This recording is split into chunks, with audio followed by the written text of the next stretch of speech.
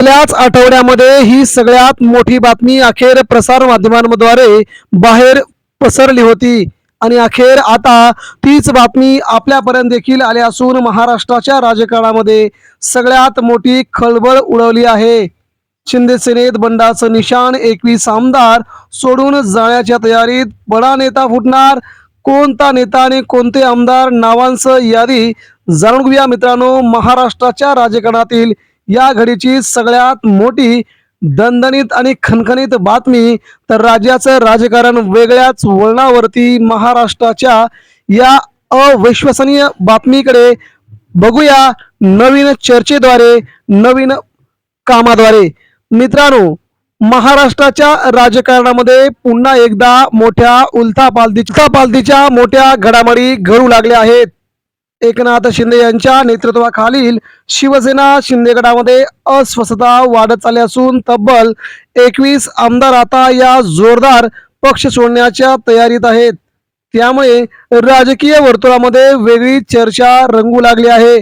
विशेष म्हणजे या संभाव्य बंडाला एका बड्या नेत्याने नेतृत्व मिळण्याची शक्यता, नवनिर्मित त्या नेत्याचं नावच समोर आल्यामुळे भारतीय जनता पार्टीमध्ये प्रवेश करून स्वतःकडे उपमुख्यमंत्रीपद घेता येईल का याची चाचपणी गेल्या 6 महिन्यापासून चालू होती आणि अखेर मित्रांनो तशाच प्रकारच्या हालचाली देखील घडून आल्या होत्या। राज्याच्या राजकारणात पुन्हा एकदा भूकंप होणार का असा सवाल उपस्थित झाला असतानाच आता त्याला नवीन खूप मोठी एक नवीन प्रतिक्रिया समोर येते। शिंदे सेनेतील आमदारांमध्ये नाराजी का आहे त्याची कारणं वेगवेगळी सांगितली जात आहेत। मंत्रिमंडळ विस्तारामध्ये डावलले जाणे, निधी वाटपात भेदभाव करणे, जिल्हा व स्थानिक पातळीवरील निर्णयांमध्ये दुर्लक्ष, या सगळ्या घडामोडी देखील यामध्ये सामील आहेत। भाजपकडून वाढत चाललेले वर्चस्व, या कारणांमुळे अनेक आमदार उघडपणे नाराजी व्यक्त करत नसले तरी खासगीमध्ये बैठकीमध्ये तीव्र असंतोष व्यक्त करत आहेत।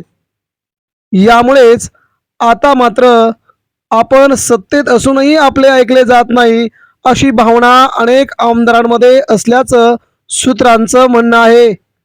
21 आमदारांच्या संभाव्य नावांचं यादी आता समोर येऊ लागली आहे। यामध्ये बहुतांश आमदार कोकणातील असल्यामुळे कोकणात आणि मुंबईसह आसपासच्या प्रदेशामध्ये शिंदे सेनेला तगडा झटका मिळणार आहे। पश्चिम महाराष्ट्रामधील 2, मराठवाड्यातील 5 आमदार, कोकण पट्ट्यातील जवळजवळ 6 तर विदर्भातील 3 आमदारांचा त्यामध्ये समावेश आहे। मुंबई आणि ठाणे परिसरातील 7 आमदार, सूत्रांच्या माहितीनुसार चर्चेत आलेली नावं अतिशय महत्त्वाची आहेत। यामुळे ही नावं सध्या राजकीय चर्चेचा भाग असून कोणती अधिकृत घोषणा मात्र त्यांच्याकडून झालेली नाही। मात्र आता बडा नेता, उपमुख्यमंत्रीपद स्वतःकडे राहावं, आपण सर्वात मोठं पद भूषवावं या हेतूने ज्या प्रकारे एकनाथ शिंदेंनी उद्धव ठाकरेंशी बंडखोरी, गद्दारी केली होती, तशाच प्रकारे हा बडा नेता देखील आता भाजपच्या नादी लागून भाजपच्या गटामध्ये सामील होण्याच्या तयारीमध्ये आहे। भाजपने जर असं केलं तर भाजपची महाराष्ट्रामध्ये सोबळावरती सत्ता येऊन एकनाथ शिंदेंची त्यांना गरज देखील उरणार नाही। यामुळे स्वतःसाठी सोबळावरती निवडणूक लढण्यासाठी या संभाव्य आमदारांचा एक संपूर्ण गट करून आपल्या संपूर्ण भागामध्येच महाराष्ट्राचं संपूर्ण भाजपकरण करण्याचा डाव भाजपने आखलाय। संभाव्य फुटीमागे शिंदे गटातीलच एक वजनदार, अनुभवी आणि अनेक आमदारांवरती प्रभाव असलेला नेता असल्याची चर्चा आहे। हा नेता नाराज आमदारांचा चेहरा बनू शकतो अशी चर्चा रंगली असतानाच राजकीय जाणकारांच्या मते जर बडा नेता उघडपणे पुढे आला तर ही फूट थांबविणे शिंदे सेनेसाठी अवघड ठरेल। त्यामुळे उद्धव ठाकरे गटाकडे देखील काही आमदारांचा झुकाव वाढेल। नाराज आमदारांपैकी काहींचा उद्धव ठाकरे यांच्या शिवसेनेशी संपर्क वाढत असल्याचेही बोलले जात आहे। सर्वोच्च न्यायालयातील प्रलंबित प्रकरण, पक्ष व चिन्हाचा मुद्दा आणि भविष्यातील राजकीय स्थैर्य, यामुळे ठाकरे ब्रँड हा आपल्याला राजकीय स्थैर्यासाठी खूप महत्त्वाचा वाटतो। शिंदेंचा ब्रँड भविष्यकाळासाठी महत्त्वाचा नाहीये। शिंदे ब्रँड कधीही कोणत्याही क्षणी बाजूला सरून त्या ठिकाणी ठाकरेंचा ब्रँड उपस्थित राहू शकतो। त्यामुळे भविष्याच्या राजकारणासाठी एकनाथ शिंदेंना सोडून उद्धव ठाकरे किंवा राज ठाकरे यांच्या वळचणीला जाऊन बसण्यासाठी काही आमदारांनी आतापासूनच फिल्डिंग लावल्याची चर्चा मुंबईमध्ये सुरू झाली आहे. आमदार पुन्हा मूळ शिवसेनेकडे जाण्याचा विचार करत असल्याची चर्चा देखील आहे.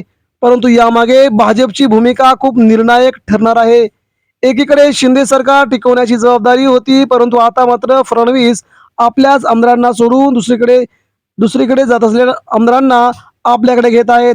भाजप यामध्ये अडकलाय. आमदार भाजपमध्ये प्रवेश करू शकतात अशी शक्यता नाकारता येत नाही. या चर्चेनंतर शिंदे गटात मोठी धावपळ सुरू झाली आहे. नाराज आमदारांची समजूत काढण्यासाठी बैठका देखील घेतल्या जात आहेत.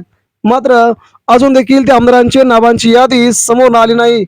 नाराजीवर मलमपट्टी होते का ती अधिकच वाढते, हा खरा प्रश्न आहे.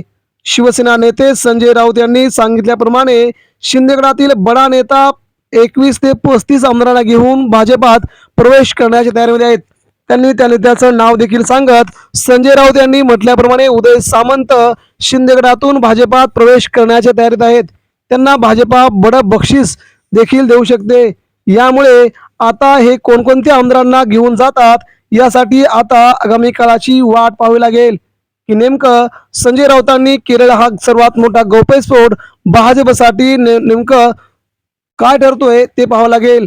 सरकारचं संख्याबळ धोक्यात येऊ शकतं किंवा भाजपची महाराष्ट्रामध्ये 16वरती सत्ता येऊ शकते.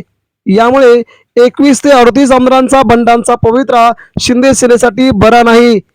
अशा राजकीय कारणामुळे आपण ज्या प्रकारे उद्धव ठाकरेंना साथ दिली नाही, ज्या प्रकारे उद्धव ठाकरेंशी आपण गद्दारी केली, तशाच प्रकारे आता या सगळ्या नेत्यांकडून आपल्याला अशा प्रकारची वागणूक मिळत आहे का, असं शिंदे गटातील नेत्यांचं म्हणणं आहे.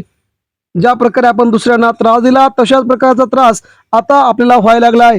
यामुळे महाराष्ट्राच्या राजकारणामध्ये आमदारांची घर वापसी परत सुरू झाले का, ज्या प्रकारचं बंड उद्धव ठाकरेंची सुरू केलं होतं त्याच प्रकारे शिंदेगडात देखील बंडाची जेमतेम तयारी सुरू झाली का आणि जेमतेम बंड आता अंतिम टप्प्यामध्ये आहे का, ही विचारपूस सुरू आहे. मित्रांनो, एकंदरीत महाराष्ट्राचं राजकारण आपण जर पाहायला गेलं तर बंडांच्या पवित्र्यामध्ये राहिलेली सगळी घडामोड ही देखील खूप महत्वाची आहे. आता आगामी काळामध्ये काय घडतंय हे आपल्याला समजेलच, परंतु शिंदे सेनेतील बहुतांश आमदार, बहुतांश नगरसेवक, बहुतांश बडे नेते मात्र उद्धव ठाकरेंच्या दिशेनं जाण्यासाठी आता तयार आहेत. भाजप देखील आपल्या पक्षात घेऊन महाराष्ट्रामध्ये सोबळाचा नारा देणार आहे. यामुळे हे आमदार आणि हा नेता कधी फुटणार याकडे सगळ्यांचंच लक्ष लागलंय. याबद्दल मित्रांनो आपल्या मनात काय शंका आहेत, उद्धव ठाकरे किंवा भाजपकडे शिंदे सेनेतील आमदार जातील याबद्दल आपल्याला काय वाटतंय, आपण देखील आपल्या प्रतिक्रिया आमच्यापर्यंत पोहोचवा.